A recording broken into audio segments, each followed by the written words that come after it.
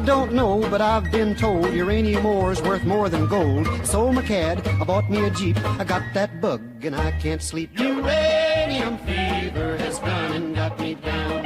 Uranium fever is spreading all around. With a Geiger counter in my hand, I'm going out to stake me some government land. Uranium fever has gone and got me down. Hello, everyone. Welcome back to a very, very special episode of Uncanny Treks.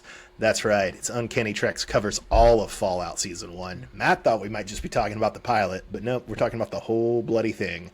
I am Bob in Cascadia. That is Matt in the Southland. Matt, why did you make me watch this? I'm just proud of you, Bob, for watching all the episodes and not just the pilot. When I told you to watch it, I figured you just watched the pilot and told me it was stupid, but I'm glad you watched the whole thing through. Hey, I watched the whole thing through and told you throughout that it was stupid, because I'm a good fan.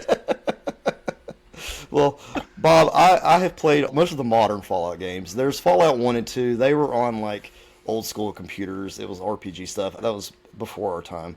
But the more modern ones, Fallout 3, Fallout 4, Fallout New Vegas, Fallout 76, and then there's a phone game called Fallout Shelter.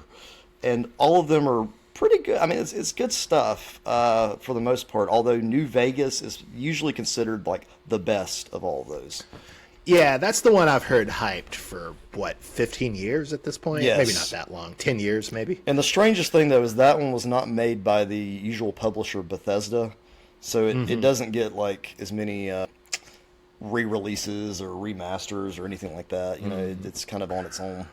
Well, so here's one fact you might find interesting. So I didn't really like this. Matt did. That'll be obvious as we keep going. But partly just because I felt like fighting, but also partly because I did actually want talking points for today's episode. I put out on Facebook last night, and I was just like, really? This is it? This is the show everybody likes? This is the video game franchise that I've heard for like 15 years is one of the best video game franchises of all time? Like, this is terrible. Oh, yeah, I saw that douchebag comment. Let me play. Yeah. Well, an old friend of mine from college who I was really delighted to hear from, irrespective of opinions about TV shows. But, yeah, somebody I haven't talked to in almost 20 years chimed in and said that my complaints about the show did mirror complaints he had heard from people who really liked the first two Fallout games, who were dissatisfied when Bethesda bought the franchise and sort of transformed it. So I don't actually think... When I say boring, I don't mean like lacks action. I just mean lacks things that I find interesting. So I don't know if I actually would like the first two Fallout games, but it was interesting that, you know, to an intelligent player of Fallout, that what I was saying did sound like the people who really liked the first two games.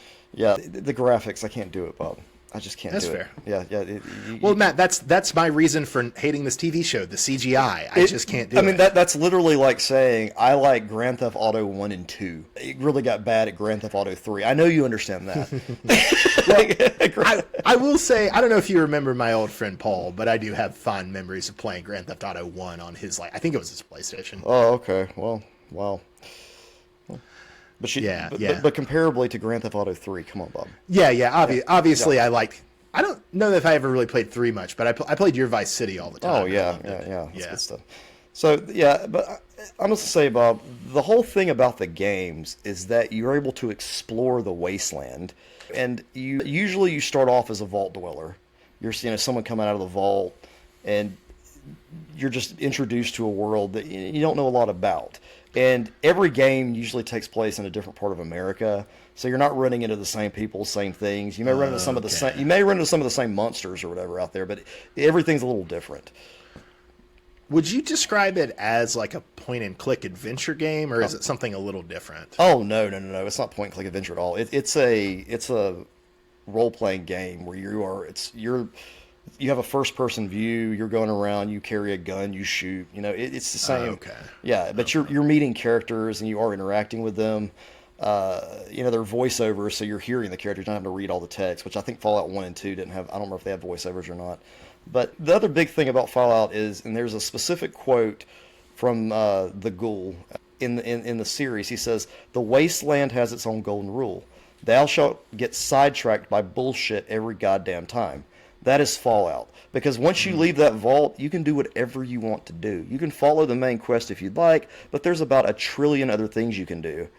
And you get to like build your character how you want to do. If you want to, have them be a raider, make them a raider. If you want to, let them run around butt-ass naked through the woods.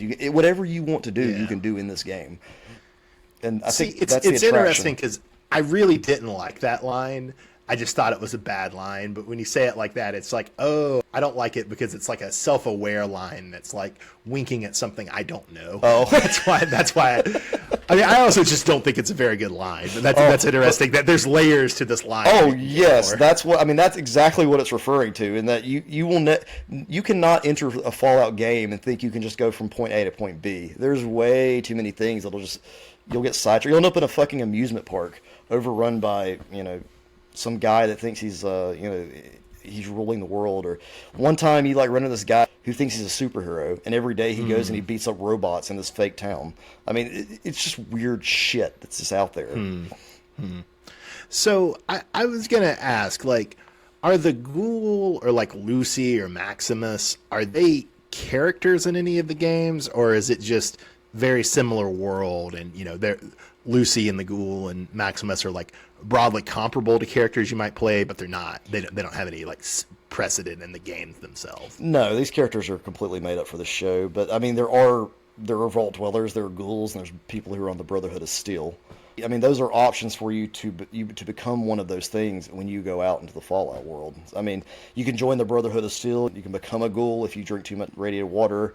Those are the word's not prototype. Or maybe it is. They're like the blueprints for characters you would see throughout the game, or your character you can create. Okay. Archetypes. Archetypes, or yes. Yeah. Okay, and then the other kind of framing question before we get more into specifics I wanted to ask you, have you watched much of Westworld? Bob, I watched the first 3 seasons, and I tapped out early in the 4th season. Okay, you've done a lot more than I have. I just watched the pilot and did not get a good vibe off it, and I've thought about continuing on, but have not as of yet. And that's exactly what I thought you were going to do with Fallout, and you didn't, so good job, Bob. The funny thing, though, was as soon as I got to the end and I saw Jonathan Nolan, Christopher Nolan's little brother's name in the credits, who, if I'm not misremembering, was also the showrunner for Westworld, I was just like, oh, this is just more Westworld. And to me, it feels exactly the same. The Ghoul is the man in black. Instead of having the people programming the park and the people in the park, you just have the vault and the people on the surface. The Lucy's plot line feels very much to me like what they were hinting at with the prostitute robot who was becoming human in the pilot of Westworld. I don't know. It just felt very much like, Westworld, shake it up a little and do it again, if that makes sense. Bob, you need to watch more than the pilot, because everything you just described is completely wrong, but it's okay. You only watched the pilot. Yeah. That pilot was bad. Okay. Really okay. I'm sorry, but yeah, I mean, I can kind of see the connection that they're both science fiction to a sense, but I don't. No, they're both science fiction westerns dealing with similar themes about surveillance and manipulation and dealing with similar broad archetypes about westerns. Yeah, there's that. Yeah. Okay. And I'll also say I've watched the Westworld the movie and the sequel Future World. I have not watched Future World. I like both of those a lot.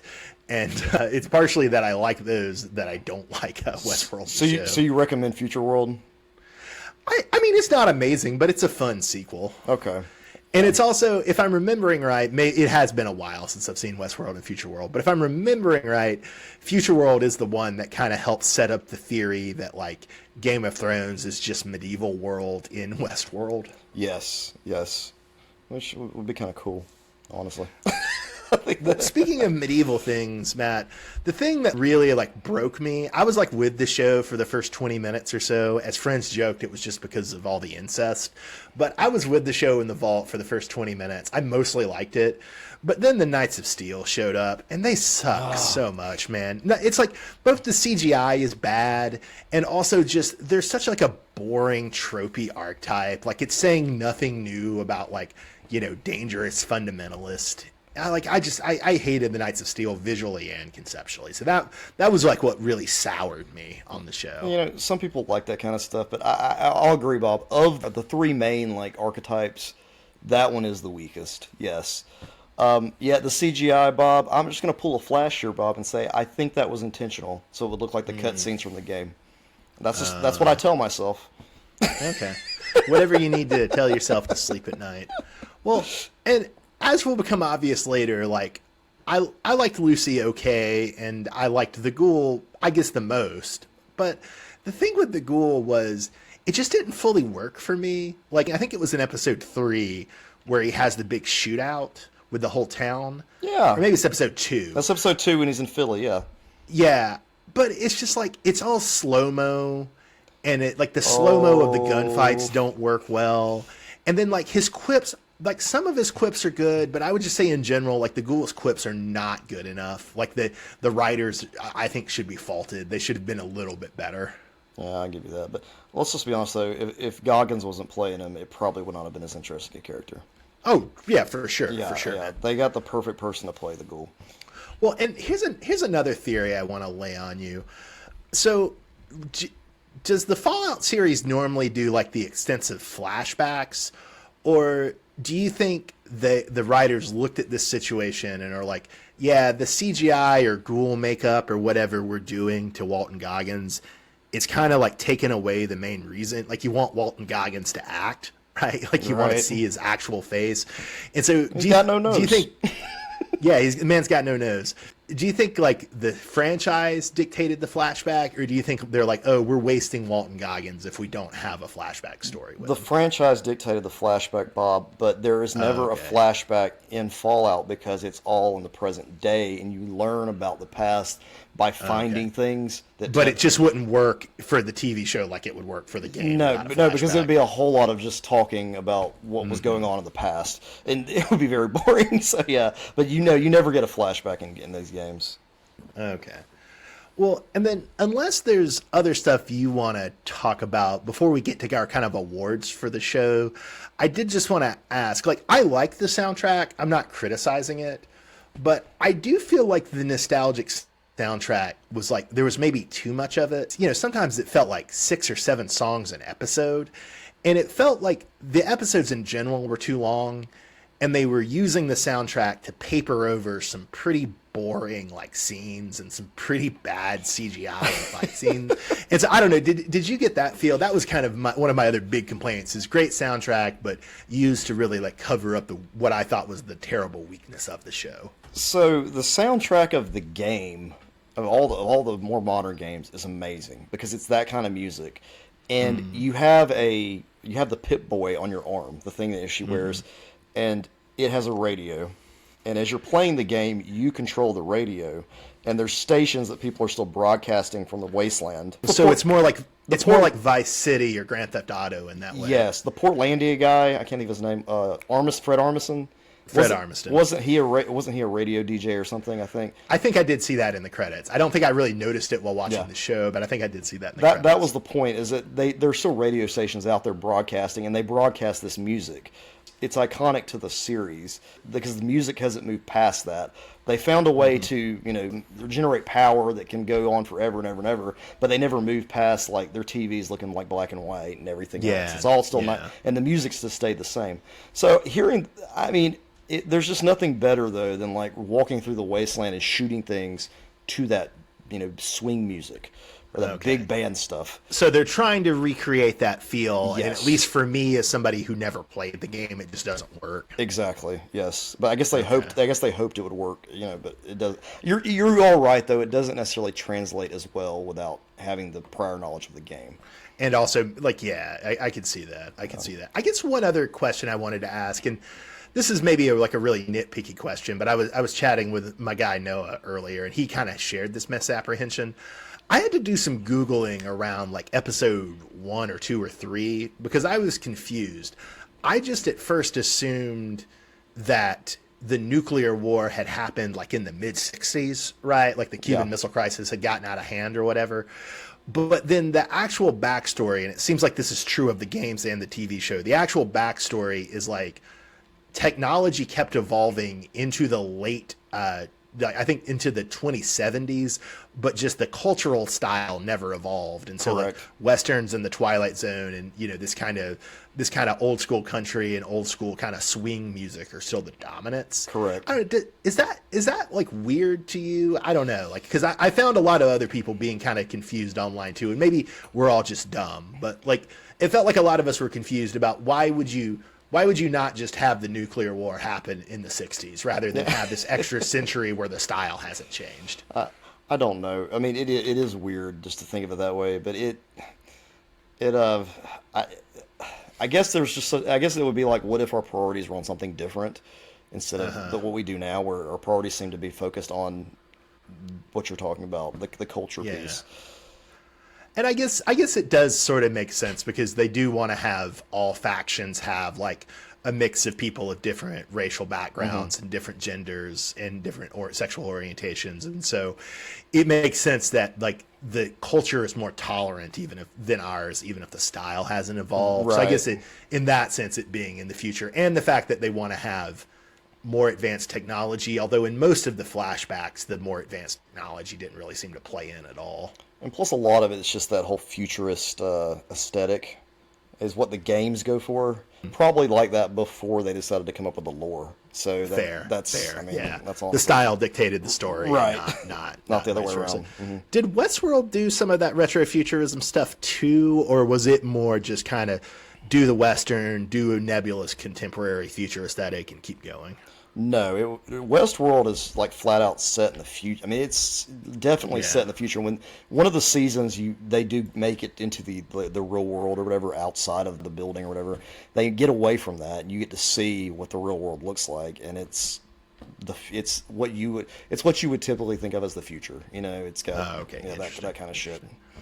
Well, maybe one day I will watch Westworld, but it's not on Max anymore, right? It's on one of the crappy like ad-based streamers. But I can tell you this, Bob, it gets worse once they leave Westworld. So that, I mean, and that's when I stopped. That's why I tapped out in that final season. I don't know. Sometimes I do enjoy like watching where a bad show goes, though. Yeah. Like, unless you tell me something like amazing about Fallout Season 2, like I'm done. But Bob, I guess the best way to compare it to would be The Matrix. Okay, when they're in the Matrix doing all the cool shit, that stuff's awesome. But then when they're in the real like world, it's just bland and not as fun with the machine. And nobody liked that part because the sequel was basically set in that entire thing, and it sucks. So but to kind of go with your point, like you're exactly right about The Matrix. But also, the Matrix movies are all, everyone after the first one is terrible. Yeah. But they're all actually fascinating. Like, I actually really enjoy watching 2, 3, and 4, like, with friends and just being like, what were they thinking? Why did they go here? No, 4, gosh, I forgot about 4. And I think they're working on 5 now, aren't they? Wow. Okay. Yeah. No, I didn't know that. Yeah. Well, Matt, shall we move into the awards section? Yeah, Bob, let's move into the awards section. Well, first off, we'll talk about our favorite needle drop. So, yeah, what was your favorite needle drop? One of my favorite songs in Fallout, and this is one that's been in several games and in the show, is We Three. It goes My Echo, My Shadow, and Me. It's by the Ink Spots. Came out in the 40s, I believe. Interesting. I'd never heard of the Ink Spots before this, but they're all over the soundtrack. And I think there's a song on the soundtrack where they collaborate with Ella Fitzgerald, if I'm remembering right, so, which was kind of wild. Mm-hmm. Yeah. Yeah. I will say I was kind of tempted to see if I could like bootleg the soundtrack for this. I wouldn't mind. Even though I didn't like how it was used in the show necessarily, I wouldn't mind having the soundtrack. Do you have Spotify? No. Oh, okay. Well, Spotify has it like right there. Interesting. Interesting. A little bit of Nat King Cole in there. A lot of Nat King Cole. I actually do have a couple Nat King Cole albums and a couple Ella Fitzgerald, but I don't have any Dinah Washington. And maybe I should just get into the Ink Spots toot court. So my favorite needle drop was an old country song. I did like all the Johnny Cash, but they dropped a Buck Owens song, and I do really like Buck Owens. I've a couple Buck Owens records. So they played "Act Naturally" by Buck Owens. That was real fun. So Matt, what was your favorite episode? So my favorite episode is episode 6 was pretty good. It was called The Trap. You have those flashback scenes of Coop, and then you also have everything that happens in Vault 4. where this is where Lucy and Maximus end up in this vault that they become test subject. You find out the secret of that vault, and that's the thing. Every single vault has a reason for existing and has some sort of experiment, and part of the Fallout game is you get to find these vaults and learn what happened to each. Some of the people in the vaults are still alive, some are dead, but it doesn't matter though, because as you go in, you research, you find out what happens, and then ultimately you're the one who decides the fate of some of those vaults, which is fun. I mean, that's just yeah. So I like that they included an entirely different vault. You can see, these characters have been mutated, and they also have this weird ass cult and all this other stuff going on. Oh, that's it. Yeah, I was just thinking about it as like world building in that episode, but it is interesting that, like you say, it's kind of mimicking an aspect of the gameplay. Correct. Yes. And then I also like the sheriff in that episode with the deputies. He's trying. There are like different places in Fallout where you have local government basically, and it's fun just how that interaction took place, because that happens a lot throughout the games.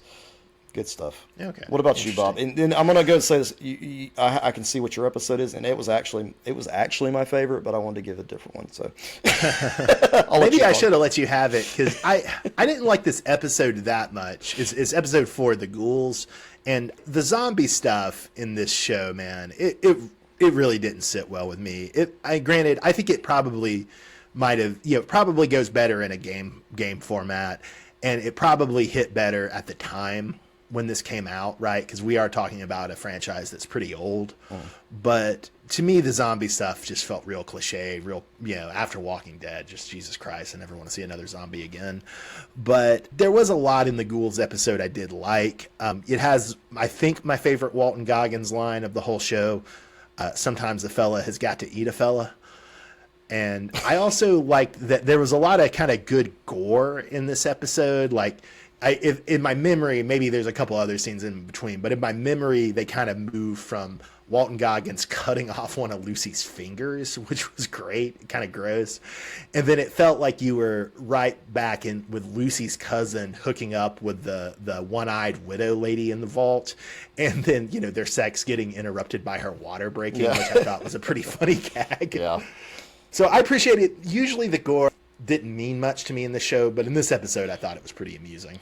Well, what I like about this episode is it just shows that in the wasteland, like, things just go from bad to worse. In Lucy's case, the ghoul basically sells her to this place, to have her, and she thinks she's in good. She meets that Mr. Handy or whatever, the big robot. Yeah, the friendly robot. Yeah, the friendly robot, and you find out he's going to take her organs. That's what he wants to, and it just gets worse. And then she realizes it was a sort of good line of, we're not here for anything as grotesque as sex trafficking. Yeah, it's just organ harvesting. Exactly. And that's how the whole world is in this game. I mean, you can't trust anyone. And then you see her kind of become that character of, okay, I've got to be this badass, and I can't trust people. I've got to be a little rougher around the edges. I can't be this sweet person that tries to, talk my way out of things.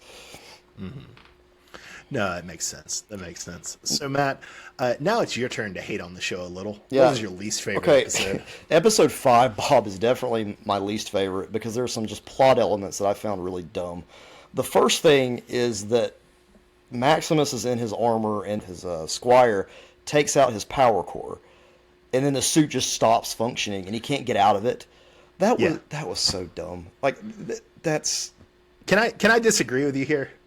As somebody who hates the Knights of Steel, that was really satisfying to me because it made the Knights of Steel look really useless and really terrible. Yeah. So I was actually on board with that. It was so dumb. You can't tell me they don't have some built-in fail-safe to get out of that machine if the power core goes out. I hated that. Matt, if they could have a fail-safe, they could have better CGI. I'm just saying. Well, and it reminded me, and the weird thing is too, it reminded me of a show. I don't remember if the Sci-Fi Channel had a series, I believe it was just called Oz, maybe, I don't remember, but it had not the prison show. No, not the prison show. It was a Wizard of Oz spinoff type thing, and what was the woman's name? Zoe Deschanel, who looks a lot like Lucy in this case. she meets the Tin Man, and that was the Tin Man's fate. He was a guy trapped in a metal suit. And this had nothing to do with the movie where James Franco played a younger version of the Wizard. Oh, right? no, that's all. Okay. This is like way before then. This is probably in 2010, maybe something Yeah, like that. I don't think I've ever heard of this show. The trope of the suit getting frozen did feel like it came from something. And that's but what, yeah. That's I what it wasn't sure what reminded the me something of. was. Lucy's like, didn't understand the history of the world at all, and then Maximus will tell her nothing about anything that's happened in the last 200 years. So he's just like, okay, like, what the hell's wrong with this guy? But we'll get to this, Matt. But that's because Maximus is terrible. Yeah, and then there's the standoff, Bob, with the cannibals. They tried to make that high intensity, but it was lame. I mean, we knew that you saw that coming a mile away. But overall, that was the weakest episode of the lot. What about you, Bob? Mine. I'm just going to say the pilot. Wasn't actually the worst in terms of quality, but it was the longest. Oh my God, it was so long. And in general, overlongness is a problem with this show. So yeah, I'm just going to go with the pilot. Dear God. Yeah. So Bob, when it comes to favorite character, I've got to go with Goggins the Ghoul. It's just he's a great character, and I like. I'm going with the Ghoul too. I mean, how could you not go with Goggins? Best character. I mean, and I feel like if he wasn't being played by Goggins, I don't think this series would be as popular. I think Goggins carried that character and a lot of this show. I'll go ahead and spoil my least favorite, which was to say I hated the Knights, like I said before, and so I just hated Maximus and Thaddeus. I was so sick of them. I didn't want to see any more of them, and I didn't think like Lucy was great, but I'll give it to Lucy that vastly better than Maximus and Thaddeus. Oh yes, 100%. Yeah, that's why if I had to do it, but I went with Good Ghoul as my favorite. Now my least favorite character, Bob, was Moldaver. Because I don't understand her character. I don't know why she's still alive. I'm assuming she was probably frozen and then came out of... That's the only thing I can think of. Although her character isn't really set up as having access.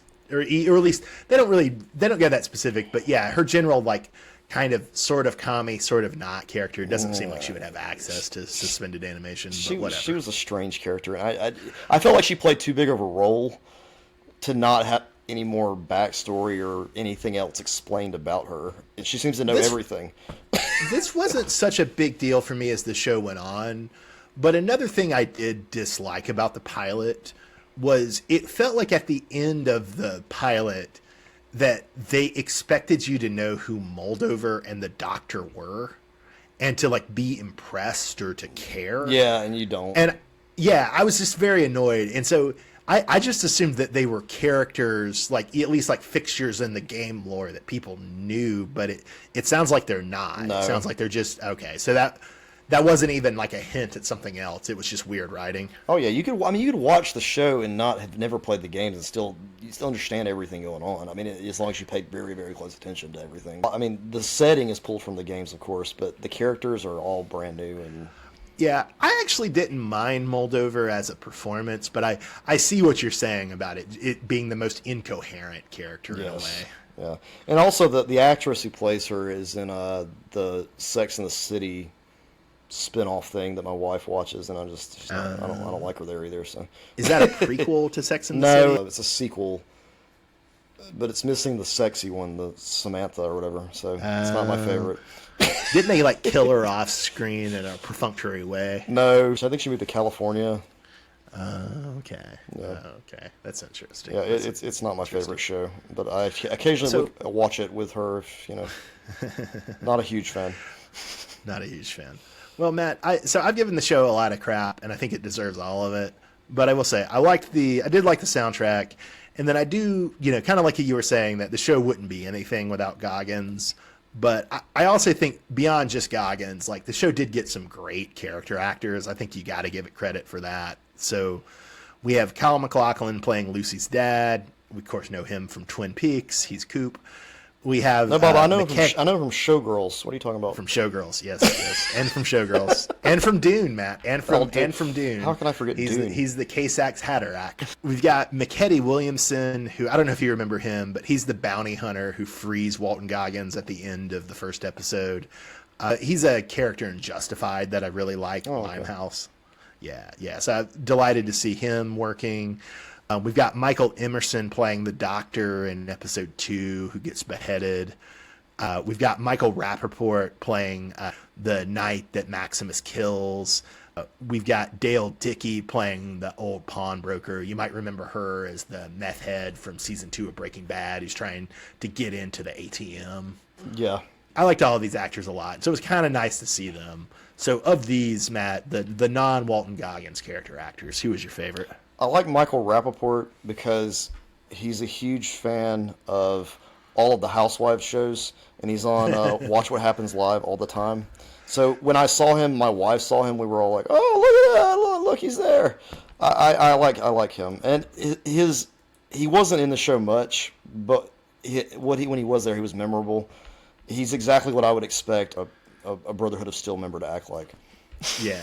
And I will say Michael Rappaport is a very public defender of the genocide of Palestinians, which makes me like him less. But he still is a very charming guy. He is. And, I have fond memories of him for things. So, and also, like, even though the man is carrying water for genocide, he's kind of hard to take seriously. So I don't begrudge him that he too really much. is.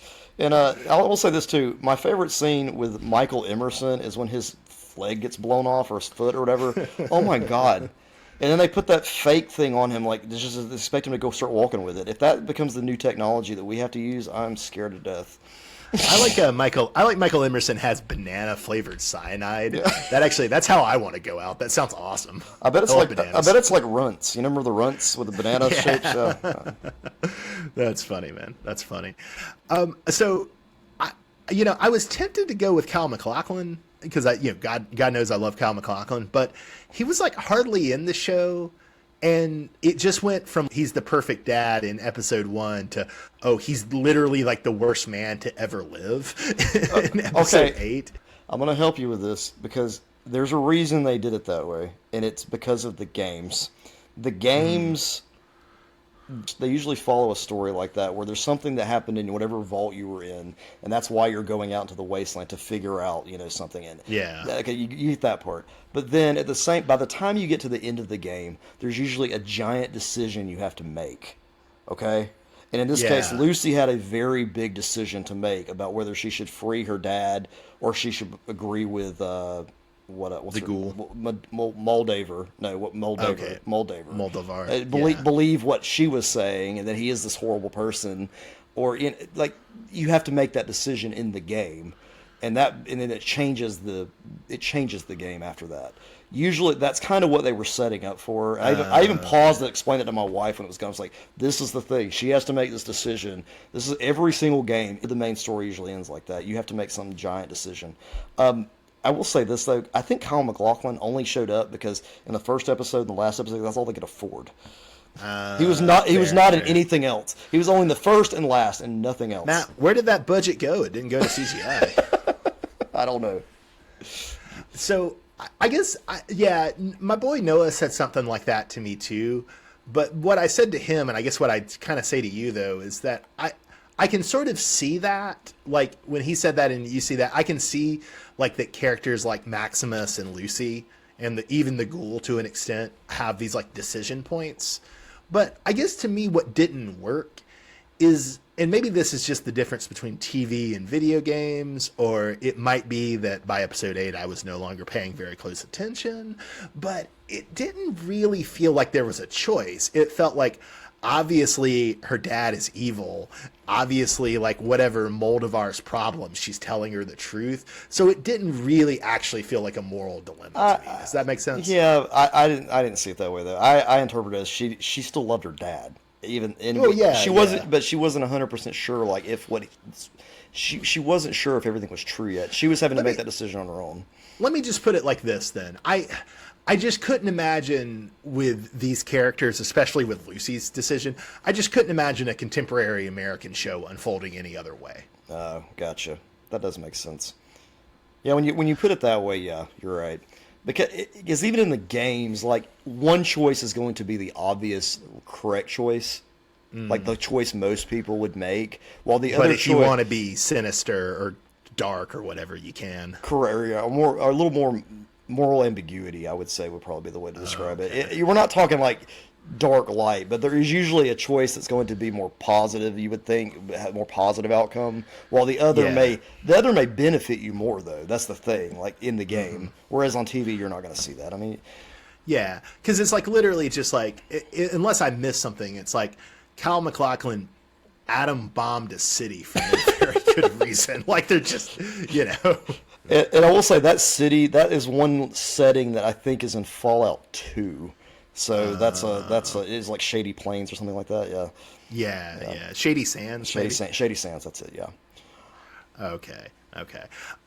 Matt, as a related question, it felt like to me, and I'm probably not going to watch this, and maybe I'm wrong, but it felt like to me they were setting Kyle MacLachlan up as the big bad for season 2. Do you think that's right or no? Yes, that's what they're going for. And him in that power armor was so stupid. Oh, there's so many other ways they could have let him get away. But I think maybe that was written in his contract. I have to be in power armor. Yeah, so I mean, aren't you excited about all the Iron Man style camera shots we'll see of Kyle MacLachlan in season 2, Matt? Yeah, I know you hate those, Bob, but I don't know any other way they can. How else are they going to show expression when they're having to wear a mask? Or they could just not have them wear a mask. They could go the Spider-Man 3 route, like, you know, Harry doesn't have his mask on for most of that movie, so you can see James Franco. Yeah, that's true.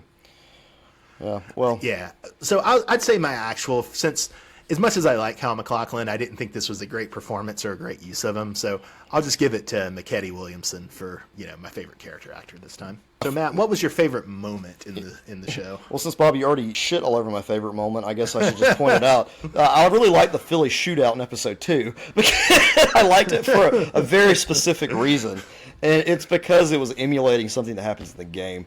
They have what's called VATS. And I can't remember, don't ask me what the fuck it means right now because I can't think about that. But what it's a system in the game where it freezes time. So that's where all this awful slow-mo comes from. Yes, Bob. It was totally straight from the video game. But I also like that all the characters, it's the first time we get them all together. And just and then tearing apart the town and seeing all the references like Nuka-Cola and all the different things that are happening and all the different characters. I was sad about the dog, though. I was very scared they were going to kill that dog. It did get stabbed, but then we find out that actually Walter Goggins likes the dog, so he becomes. They call the dog is called Dog Meat. That's what they call him. The dog is always named Dog Meat. That's the only that is the only actual character in this show that is in the other games. Any dog is called Dog Meat. In the episode descriptions on Wikipedia, I think they just call the dog by a series of letters and numbers. Yes, kind of like Elon Musk's children. It's that's lame. The dog's name is Dog Meat. We're sticking with that. Okay. I like Dog Meat because I can remember that, whereas I clearly do not remember the Elon Musk child name of the dog from the episode descriptions. Oh man. So Matt, I do think that shootout is terrible, but I guess it maybe says something that my favorite moment is also either from that shootout or from very close to it, where Lucy tries to trank Walton Goggins, and he's like, "That's just one drop in a whole big bucket of drugs, honey." Yeah, that's immediately before the shootout. Yes, Bob. So you do like it's a good line. You do like the shootout. I generally do think the writers failed Walton Goggins, but you know there were a couple of good lines in this show. So Matt, any regrets? So my one regret is that Bethesda did not drop remastered versions of their better games to coincide with the release of this. Instead, they're focused on their multiplayer online Fallout 76 thing, so they can force microtransactions. They're just trying to harvest you, Matt, like some sort of cannibal on the wasteland. Exactly, that's what they're doing. Greedy bastards. Well, I would just say I regret the whole thing. Hey-o. Hey-o, Bob. So, Matt, knowing what you know about the games, what do you expect from Season 2? Well, they hinted at New Vegas, so if they're going okay, did they actually say that, or did they just hint it? Because I missed it, but I wasn't paying much attention. You see MacLachlan flying away, and he's flying towards New Vegas. You see the sign and everything. Okay. But, New Vegas is post-apocalyptic Vegas. There's gambling and mobsters and all that kind of stuff, so it could be fun. You want to get your gangsters in, that's where it's going to be. Okay. Well, folks, I think the only way I'm going to watch Fallout Season 2 is if I happen to make Matt watch a lot of things in the next year, year and a half, 2 years that he really hates. And then I'm going to feel bad and guilty and regretful. And I happen to have Amazon Prime at the time it comes out. I'll probably watch Fallout Season 2 in those circumstances, but probably no other. But Matt, I'm glad you had a mostly good time. It was pretty good. I'll be watching Season 2 for sure, along with the rest of America and not Bob. Yeah. Just without me. And I'm sure the rest of America will miss me intently, almost as much as you miss the name Dog Meat. Yes, Bob. All right. Well, this has been Uncanny Tracks covers Fallout Season 1. Join us for Fallout Season 2 coverage, but probably not, or probably just Matt doing it solo. We are Uncanny Tracks. I am Bob in Cascadia. That's Matt in the Wasteland. Yeah, I'm going to be the lone wanderer, Bob. Thanks for listening.